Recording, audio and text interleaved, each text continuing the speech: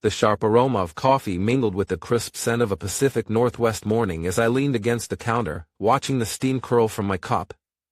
It was a ritual I'd perfected over the years, waking up before the kids, soaking in a few moments of silence before the chaos of the day began.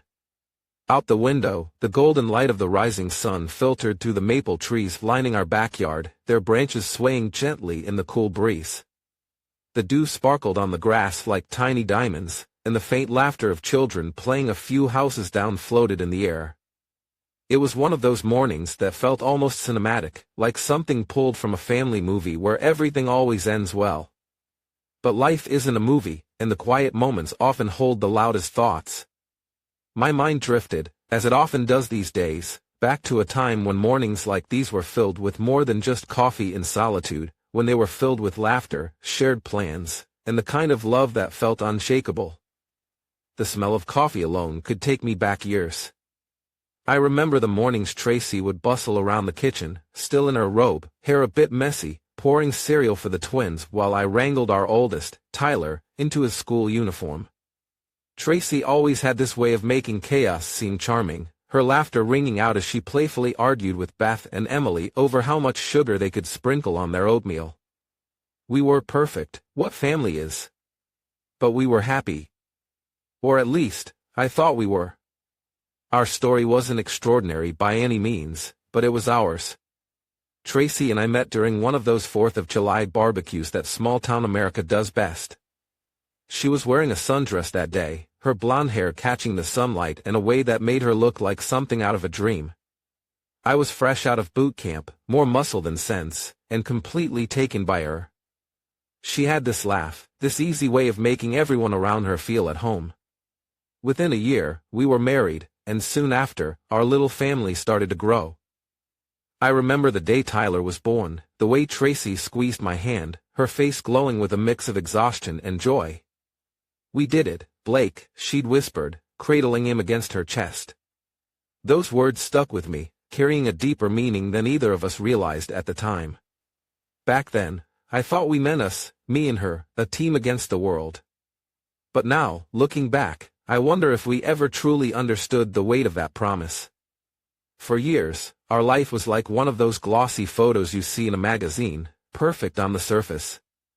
I was building a career in the Marines, serving my country with pride, while Tracy held down the fort at home. Our little house in the suburbs of Seattle became a hub of activity, with birthday parties in the backyard, Sunday dinners with her family, and lazy afternoons spent watching the kids play in the sprinklers.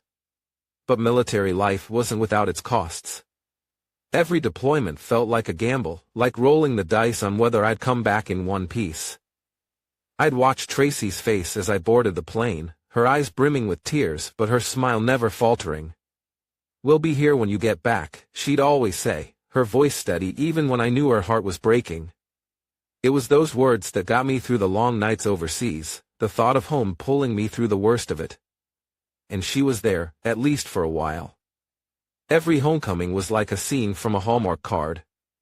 Tracy would run into my arms, the kids screaming with joy as they clung to my legs.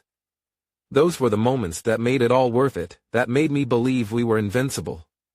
But looking back now, I see the cracks that were forming even then.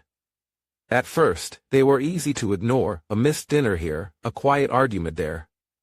Tracy had always been fiercely independent, but after she went back to work, something shifted. She started dressing differently, more polished, more professional, but also more distant. Her laugh, the one that used to light up a room, became harder to come by. And the late nights at the office? I told myself they were just part of the job, a necessary sacrifice for the career she was so passionate about. Then there was Stanley Cross, her boss. Even now, his name feels like venom on my tongue. I met him once at a Christmas party, a man with too much confidence and too little respect for boundaries. Something about the way he looked at Tracy that night set my teeth on edge. But when I brought it up later, she just laughed. "Blake, he's my boss. He's harmless." Harmless. If only I'd known then what I know now. The signs were all there, of course, but hindsight is a cruel teacher. I wanted to believe in her, in us. I wanted to believe that the woman who had stood by me through deployments, who had raised our kids with love and patience, couldn't possibly be capable of the betrayal that was coming. That's the thing about trust, it's not something you think about until it's gone. And when it's gone, it leaves a hole so big, you wonder if it'll ever be filled again. Standing here now, with the sun climbing higher in the sky and the sound of the neighbor's kids pulling me back to the present, I realize how much time I've spent living in the past. The mornings like this, the quiet ones, they're the hardest. Because it's in the quiet that the memories are loudest. And no matter how much time passes, I don't think I'll ever stop hearing them. My name is Blake Ramsey. I spent a decade as a Marine, serving in places that most people only hear about on the news. It was a life of long nights, constant vigilance, and a camaraderie that only those in the military truly understand.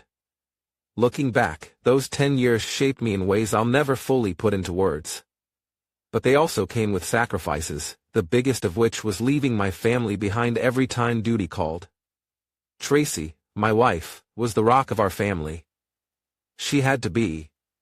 While I was overseas, often in places like Fallujah or Kandahar, she was the one holding everything together at home. We lived in a quiet town just outside of Tacoma, Washington, in a neighborhood where kids played in the streets until the porch lights flicked on. It was the kind of place where everyone waved as you walked your dog, and the local diner always seemed to have a fresh pot of coffee waiting. Tracy and I bought our house not long after I enlisted. It wasn't fancy, just a modest two-story with a big yard and a swing set we put together one rainy weekend. But it was home. Tracy took care of it like it was her sanctuary. Every fall, she'd spend hours decorating the porch with pumpkins and hay bales, and in the spring, the flower beds she planted would bloom in bursts of color. She had a knack for turning the ordinary into something beautiful. When I think about those years, it's the little things that stick with me. Like how every Sunday, she'd bake a batch of chocolate chip cookies with our oldest, Tyler, and the twins, Beth and Emily. Or how she'd send me care packages filled with things she knew I couldn't get overseas, homemade beef jerky, handwritten notes from the kids, and once, even a mini Christmas tree she somehow fit into a box. During my deployments, Tracy was more than just a wife and mom, she was my lifeline. Her letters came every week without fail, no matter how busy she was with the kids or how exhausted she felt. I can still picture her handwriting, neat and precise, filling the pages with updates from home. She'd tell me about Tyler's soccer games, how Beth was learning to ride her bike without training wheels, or how Emily had started singing along to the radio in the cutest little voice. Stay safe, she'd always write at the end. We're counting down the days until you're back. Those letters were my anchor in the chaos. They reminded me why I was doing what I was doing, why I had to make it home. Life back home, though, wasn't always easy. Being a military wife meant Tracy had to wear 100 different hats. She was the one fixing the leaky faucet when I wasn't there, the one sitting through parent-teacher conferences, and the one staying up late to sew Halloween costumes because the kids had changed their minds last minute. I'll never forget the time Tyler insisted on being a fireman, and Tracy managed to whip up a costume complete with reflective tape and a toy axe, all in one evening. Our neighbors, the Jenkins, were like extended family during those times. Mark Jenkins was a retired Navy man, and his wife, Linda, took Tracy under her wing when we first moved in. Their kids were older, but they still looked out for ours, especially when I was away. I remember coming home once to find a photo album Linda had made for me, filled with snapshots of the moments I'd missed, Tyler's first day of kindergarten, the twins' birthday party, even just a shot of Tracy mowing the lawn. For all the struggles, we made it work. Tracy had this incredible way of making life feel normal, even when it wasn't. She never let the kids see her stress, and she made sure that when I called home, all I heard was laughter and love. But being gone as much as I was, it was easy to miss the subtle changes happening back home. I didn't notice at first how Tracy had started taking on more than she needed to, how she seemed to have less time for the little things we used to enjoy together. I chalked it up to the busyness of raising 3 kids and running a household. I remember my first mission in Afghanistan like it was yesterday. It was 2007, my second year in the Marines, and Tracy was about 6 months pregnant with our first child, Tyler. Leaving for deployment was hard enough, but knowing she was carrying our baby made it almost unbearable. I can still picture her at the airport that day, standing near the terminal gates with tears streaming down her face. She tried so hard to stay strong, to keep that brave smile on her lips, even as her voice cracked when she said, "Blake, promise me you'll come back. Not just for me, but for this little one, too." I made that promise without hesitation. "I will," I told her, pulling her close. "I'll come home to you both. That's a promise." But as the plane took off and I watched the ground disappear beneath me, the weight of that promise sank in. Every night on base, as I lay in my cot listening to the muffled sounds of a distant war, the image of Tracy alone at home with her growing belly haunted me. It wasn't just the fear of not coming back, it was the fear of missing out on moments I could never get back. Months passed, and then the letter came, the one that changed everything. Tyler had been born. I'll never forget how my hands trembled as I opened the envelope. Inside was a photo of him, wrapped snug in a blanket, and a note from Tracy that read, "Our son is healthy, and he has your eyes. I just wish you could be here to hold him for the first time." I sat on the edge of my cot and cried, something I hadn't done in years. It was the kind of cry that makes your chest ache, a mix of overwhelming pride and unbearable longing. When I finally made it back home after that tour, I brought something special for Tyler, a folded American flag that I'd carried with me throughout my deployment. "This," I told Tracy as I placed it in his nursery, "is for him. A reminder that our sacrifices are for something bigger than ourselves." One of the most vivid memories from my time in the military was when I nearly didn't make it back. It was 2010, during my second tour, and I was stationed in Fallujah, Iraq. Our unit was on a routine patrol when everything went sideways.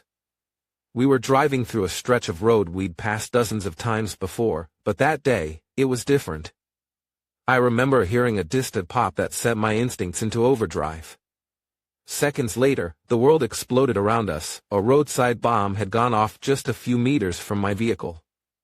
The force threw me to the ground, my ears ringing, and my vision blurred by dust and debris.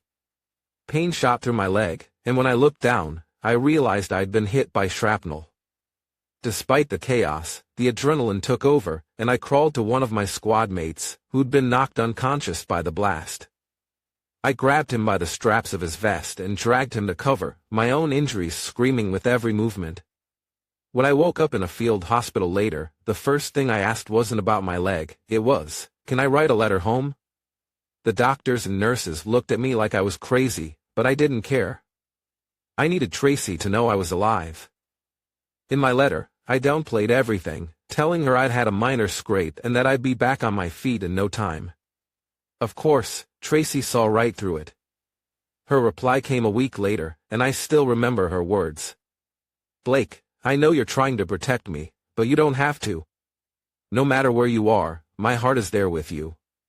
Just come home safe, that's all I ask." Her words gave me the strength to push through the pain, to get up every morning and do what I needed to do. Even in the worst moments, she was my anchor. By the time my third deployment ended in 2013, I knew it was time to leave the military. The decision didn't come lightly. I loved being a Marine. But I also loved my family, and I'd missed too much already. I'll never forget the day I came home for good. It was a crisp October morning, and the air smelled like autumn leaves and fresh rain. Tracy was waiting for me at the base gates with our 3 kids, Tyler, who was 7 by then, and our twin daughters, Beth and Emily, who were just 3. As soon as Tyler spotted me, he took off running, his little legs pumping as fast as they could. I dropped my bag and scooped him up, holding him tight as he shouted, "Dad, you're home." The twins were a few steps behind, their chubby arms outstretched, and Tracy, beautiful as ever, was standing there with tears in her eyes. When she hugged me, it felt like the world stopped. "You're home," she whispered, her voice thick with emotion. "Now we can start over. Now we can be a family again." I thought that was the start of a new chapter, one where I'd trade deployments for soccer games, and late-night patrols for bedtime stories. I took a job with a logistics company, one that let me come home every night, and for a while, life seemed to settle into something close to normal. But as I've learned, life rarely goes as planned. Even with the best intentions, cracks can form in the strongest foundations. Looking back, I wonder if we ever truly addressed the distance my years in the military had created. Or if we were too busy pretending everything was perfect to see what was coming. After I left the Marines, life seemed like it was finally settling down. No more deployments, no more nights wondering if I'd make it home, and no more leaving Tracy and the kids with a hug and a promise that I wasn't sure I could keep. For the first time in years, I had a real chance to be present, a husband, a father, and maybe even someone who could sleep through the night without dreaming of more or fire. We'd made a home just outside Olympia, Washington, in a neighborhood that could have been pulled straight out of a postcard. Tree-lined streets, neatly trimmed lawns, and kids riding bikes without a care in the world. Our house, a white two-story with green shutters and a wraparound porch, was everything we'd ever wanted. The backyard was big enough for the kids to run wild, and Tracy had filled it with flower beds and a vegetable garden that thrived under her care. For a while, it felt like I was living the American dream. I had a job with a logistics company that kept me busy but still let me be home for dinner most nights. Tracy was the perfect partner, strong, loving, and always putting our family first. And the kids? They were my world. Tyler, our oldest, was starting to show real talent on the soccer field, while the twins, Beth and Emily, spent their days dressing up as princesses and filling the house with their giggles. But life has a funny way of throwing curveballs just when you think you've got everything under control. It started small, like a whisper you can't quite hear but can't ignore either. Tracy had decided to go back to work at a law firm downtown, a decision I fully supported. She'd spent years as a stay-at-home mom while I was deployed, and I knew she missed having a career of her own. At first, everything seemed fine. She was energized, excited to be back in the workforce, and proud of the contribution she was making to our family's finances. But then, little things started to change. At first, it was the late nights. She'd call to say she had to work on a big case and wouldn't be home until after the kids were in bed. I didn't think much of it. After all, I'd spent years working late myself and understood the demands of a job. But then it became more frequent.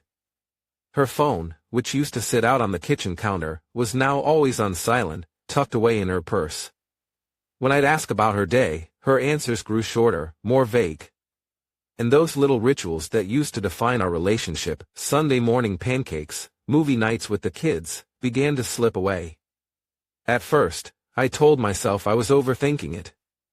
Maybe it was just the adjustment period of her going back to work. Maybe she was stressed and didn't want to burden me with it. But deep down, a part of me, the part that had kept me alive in combat, was telling me something wasn't right. As a Marine, you learn to trust your instincts. In the field, they're often the difference between life and death. And while this wasn't a battlefield, that same gut feeling was gnawing at me, warning me that something was off. The signs were subtle but undeniable. She started dressing differently, sleeker, more polished, like she was going to a gala instead of the office. She'd come home smelling like perfume that wasn't hers, brushing it off with a laugh when I mentioned it. "Oh, it's just from the ladies at work," she'd say. Then there were the unexplained absences. One Saturday, when we were supposed to take the kids to the park, she suddenly had errands to run. She came back hours later, flushed and distracted, and when I asked where she'd been, her answer was so vague it felt rehearsed. I tried to shake it off, to convince myself that I was imagining things. But the more I ignored it, the louder those whispers became. One night, while cleaning up after dinner, I found a receipt tucked into her coat pocket. It was for a high-end restaurant downtown, the kind of place we hadn't been to in years. The date on it was from the same date she'd said she was working late. I stared at that piece of paper, my mind racing with questions I didn't want to ask. Still, I didn't say anything. Maybe I didn't want to know the answers. Or maybe I was hoping, praying, that I was wrong. But then there was the night she came home late, again, and for the first time in years, she didn't kiss me hello. She just walked past me, muttering something about being tired, and went straight to the shower. I stood there in the kitchen, the sound of running water echoing in my ears, and I felt something inside me shift. This wasn't just stress. This wasn't just work. Something was happening, and I couldn't ignore it anymore. The thing about trust is that it's like a glass vase. When it's whole, it's beautiful, strong, and sturdy. But once it cracks, even just a little, it's never quite the same. And in that moment, standing alone in the kitchen with a stack of dirty dishes and a hollow ache in my chest, I realized that our vase had cracked. I didn't know how to fix it. Hell, I didn't even know if it could be fixed. But I knew one thing for sure: the life I thought we'd built, the life that had seemed so perfect, wasn't as solid as I'd believed. And the storm I'd been sensing on the horizon? It was closer than I ever could have imagined. I thought back to the last few weeks, Tracy's late nights at the office, the vague explanations about last-minute meetings, the way she'd started keeping her phone on silent and out of sight. None of it seemed like much on its own, but when I added this jacket to the mix, it felt like pieces of a puzzle I wasn't sure I wanted to solve. I tried to recall if she'd mentioned giving anyone a ride. Tracy was usually pretty open about her day, but I couldn't remember her saying anything about this Eric guy. It wasn't like her to leave out details, especially something as mundane as driving a coworker home. The thing is, trust isn't just about believing what someone tells you, it's about the gut feeling that what they're saying lines up with everything you know about them. And for the first time in years, I wasn't sure I trusted her. That night, after the kids were in bed, I brought it up again. "Hey, Trace, do you need me to drop off that jacket for you tomorrow? I'll be in town anyway." She looked up from her phone, her face a little too blank. "No, that's okay. I'll take care of it." Her response was quick, almost too quick. It was the kind of answer you give when you don't want someone asking any more questions. I didn't push her further. Maybe I was overthinking it. Maybe it really was just a coworker's jacket. But as I lay in bed that night, staring at the ceiling, I couldn't shake the feeling that this was more than just a misplaced piece of clothing. In the days that followed, I found myself paying closer attention to the little things. Tracy's behavior, her phone habits, the way she seemed just a bit too eager to brush off my questions. I told myself I was being paranoid, that years of military training had wired me to see threats where there weren't any. But then there were other moments, like when I caught her smiling at a text, quickly tucking her phone away when I walked into the room. Or when she casually mentioned a late-night meeting and avoided eye contact the entire time. I wanted to believe her. God, I wanted to believe her. But the jacket had planted a seed of doubt, and no matter how much I tried, I couldn't make it go away. It was late spring by then, one of those in-between seasons where the days were warm, but the nights still carried a bite of cool air. The kids were all in bed, the house quiet except for the faint hum of the dishwasher. I was stretched out on the couch, flipping through channels but not really watching anything. Tracy was sitting at the dining table with her laptop open, typing away at something she said was just some work stuff. Around 11:30, her phone buzzed. At first, she didn't react, her fingers still moving across the keyboard. But when it buzzed again, her hand darted out, grabbing it before I could glance at the screen. "Who's calling this late?" I asked, trying to keep my tone casual. She glanced at the screen, then flipped the phone over so the screen faced down. "Just work," she said, not looking up. "It's nothing. Don't worry about it." It didn't sit right with me, but I let it go. Maybe she really was dealing with something urgent at the office. Lawyers work crazy hours, right? But then it started happening more often. Every few nights, her phone would buzz late into the evening. Sometimes she'd take the call, her voice hushed as she stepped into another room. Other times, she'd glance at the screen and let it go to voicemail. When I asked her about it, she'd always give the same answer: "It's just work, Blake." I wanted to believe her, but the timing felt off. Who calls their coworkers at midnight? Then one night, her phone buzzed again, and this time I caught a glimpse of the screen before she snatched it up. The name Stanley flashed across the screen, and my stomach dropped. Stanley Cross. Her boss. The guy I'd never trusted, not since the first time I met him at one of her firm's holiday parties. He was the kind of man who thought his wealth and position entitled him to anything you wanted. "Why is Stanley calling you at this hour?" I asked, my voice sharper than I intended. Tracy hesitated, just for a second, but then her usual composure snapped into place. "He's dealing with a big case, and he needed my input," she said, brushing it off like it was no big deal. "Seriously, Blake, don't overthink it." But I couldn't shake the feeling that there was more to the story. A couple of weeks later, on a quiet Saturday morning, I was making breakfast for the kids while Tracy was upstairs getting ready for a brunch with some friends from work. Beth and Emily were at the table, happily munching on their cereal, while Tyler was in the living room glued to his favorite cartoon. Tracy's phone was sitting on the counter, buzzing intermittently with notifications. She had a bad habit of leaving it behind when she was in a hurry, so I wasn't surprised. But then it buzzed again, and for reasons I couldn't explain at the time, I picked it up. The screen was locked, but the notifications on the home screen caught my eye: messages from coworkers, reminders about meetings. It all seemed normal enough.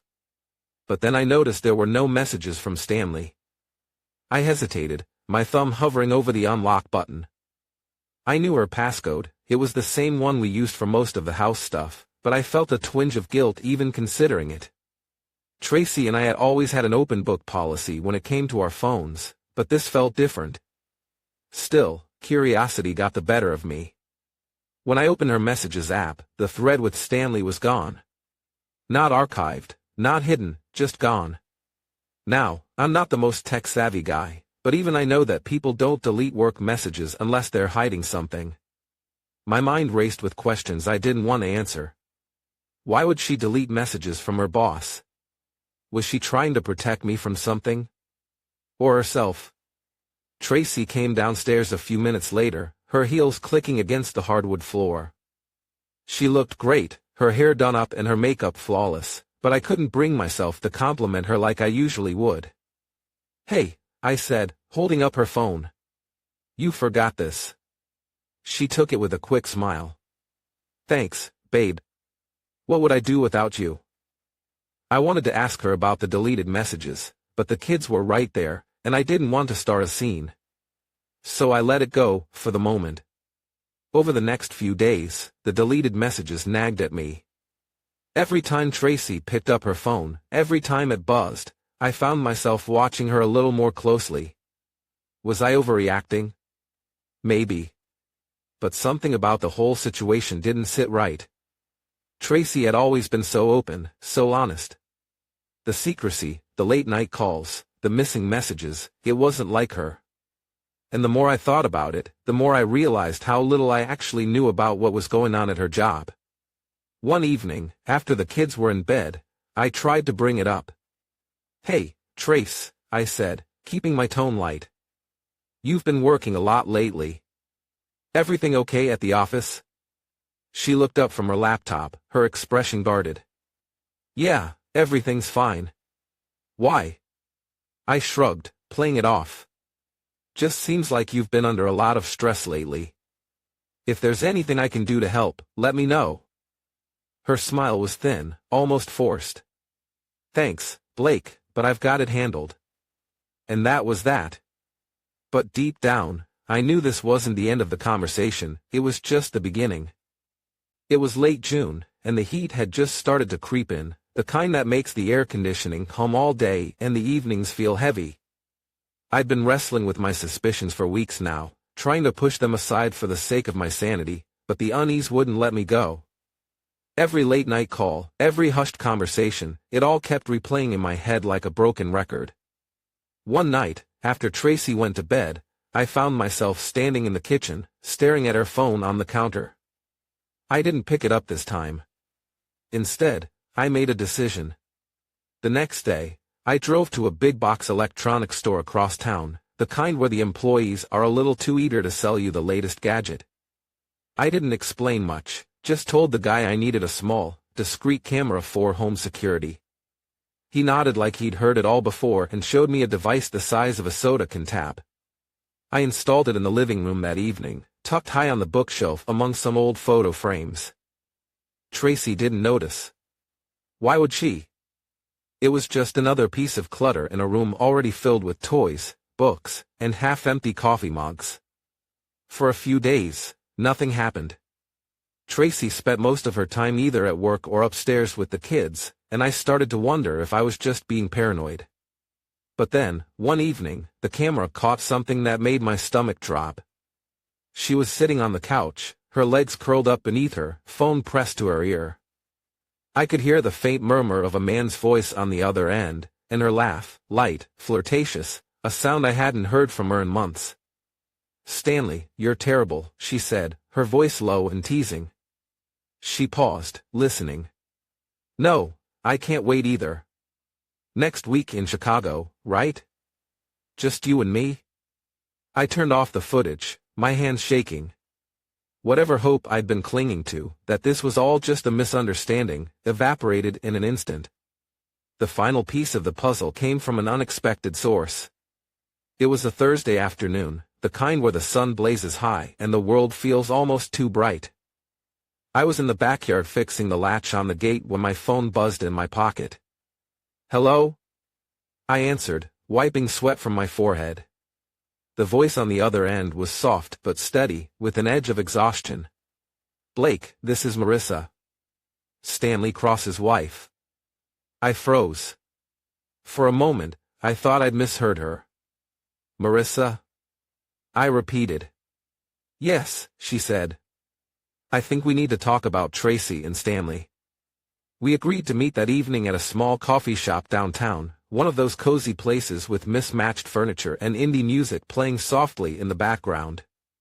I arrived early, my mind racing with questions and possibilities.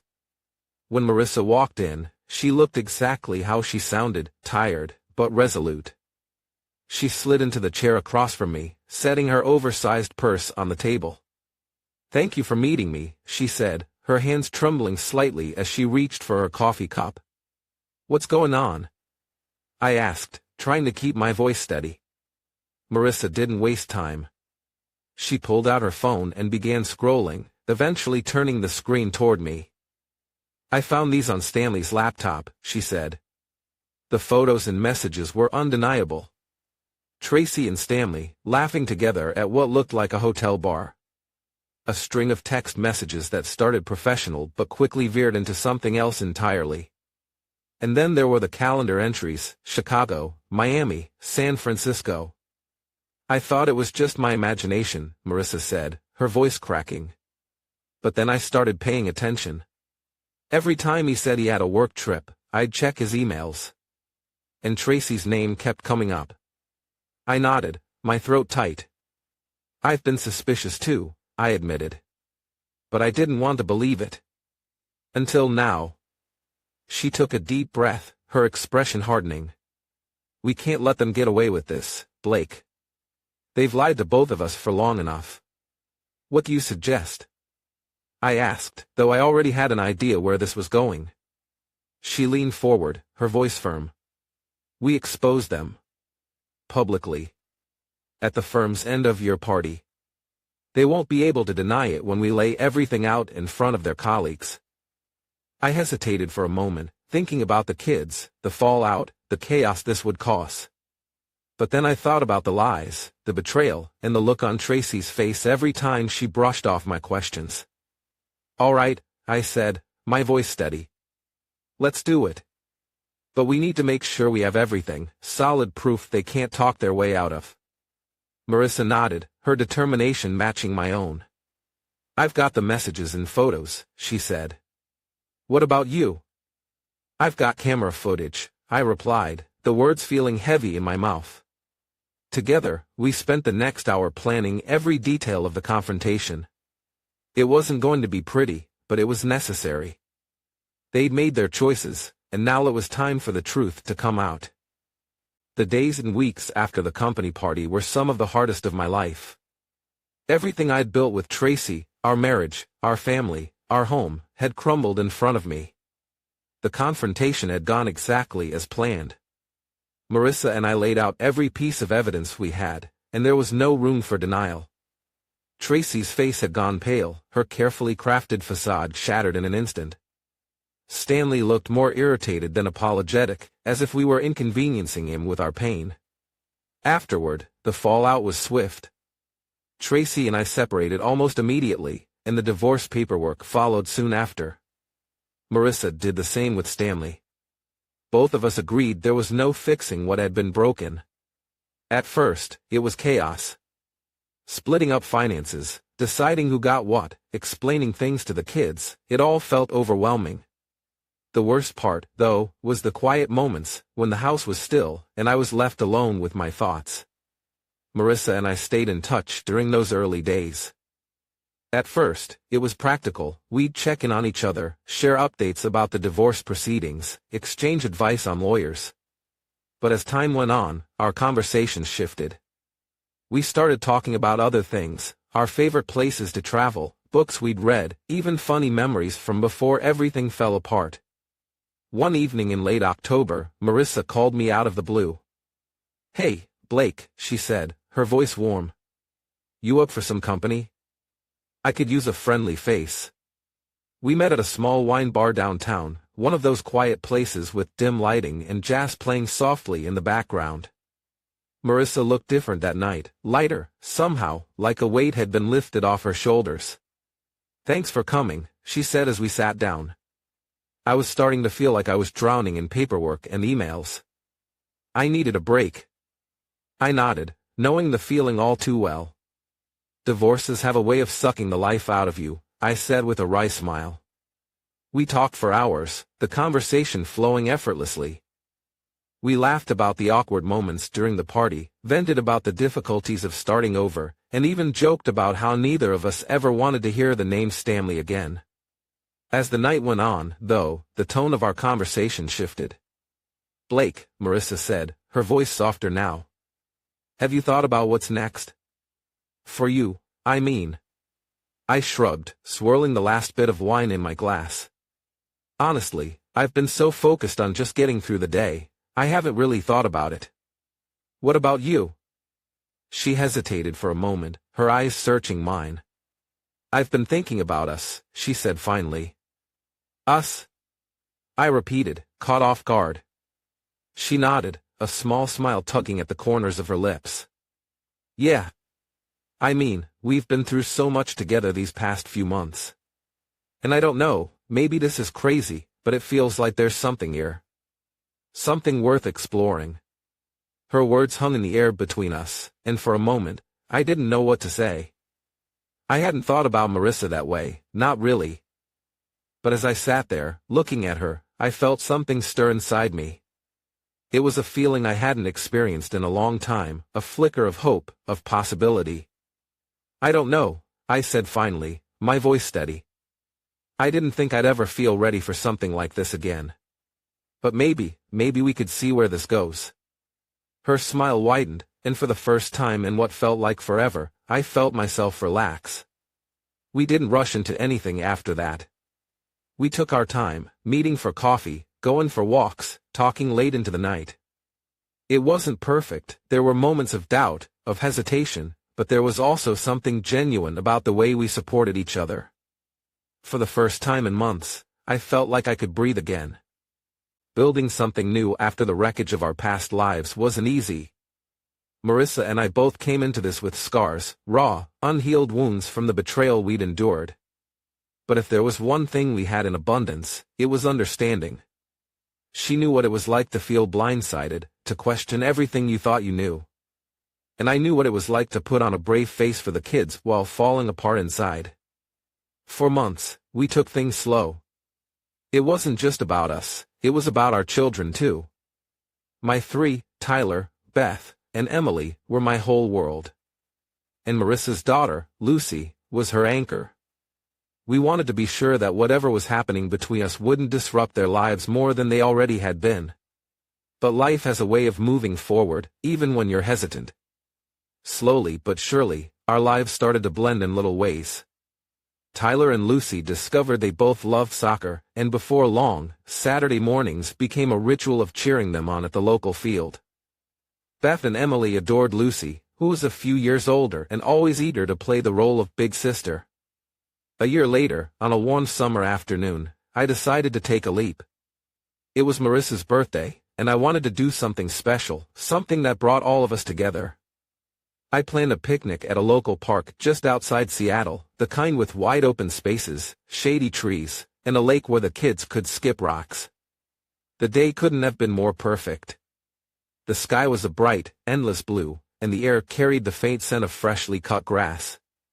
We sat up under a big oak tree near the water, spreading out blankets and unpacking a cooler filled with sandwiches, fruit, and Marissa's favorite red velvet cupcakes. The kids took off almost immediately, their laughter echoing across the park as they chased each other around with water balloons. Tyler and Lucy teamed up against Beth and Emily, and for a moment, I just stood there watching them, amazed at how seamlessly they'd all fit together.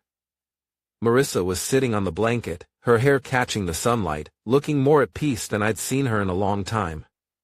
I sat down beside her, handing her a cupcake with a single candle stuck in the middle. "Happy birthday," I said, lighting the candle. She smiled, the kind of smile that reaches her eyes.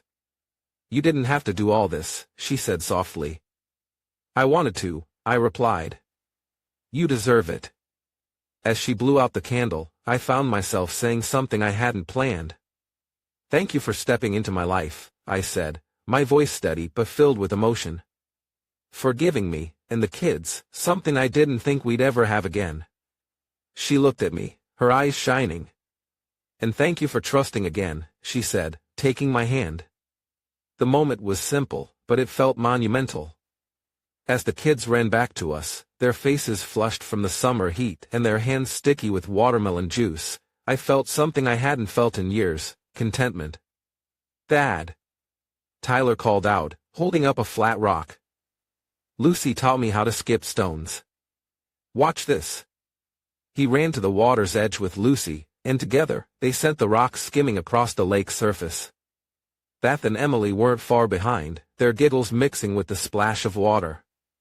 Marissa squeezed my hand. "Look at them," she said. "It's like they've always been a family." I nodded, my chest tightening with emotion. "Maybe they were always meant to be," I said quietly. That day was a turning point for all of us. It wasn't about erasing the past or pretending it hadn't happened. It was about choosing to move forward, together. From that moment on, Marissa and I began to plan more outings like that one. We took the kids camping in the mountains, hosted game nights at her house, and even tackled the chaos of carving pumpkins together that Halloween. The road wasn't always smooth. There were moments when the past threatened to creep back in, when doubts and fears tried to pull us apart. But we faced those moments head-on, leaning on each other and reminding ourselves of what we were building, a family rooted in trust, love, and second chances.